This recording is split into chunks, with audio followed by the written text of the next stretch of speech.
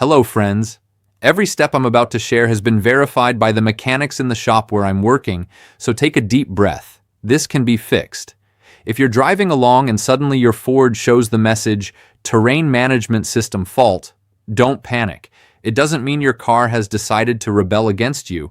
It just means the system that adjusts how your vehicle responds to the terrain detected something unusual and went into protection mode.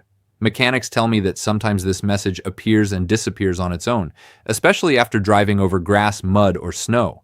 This usually happens because the wheel speed sensors or ABS sensors are getting inconsistent signals, and the system temporarily shuts down to protect the drive.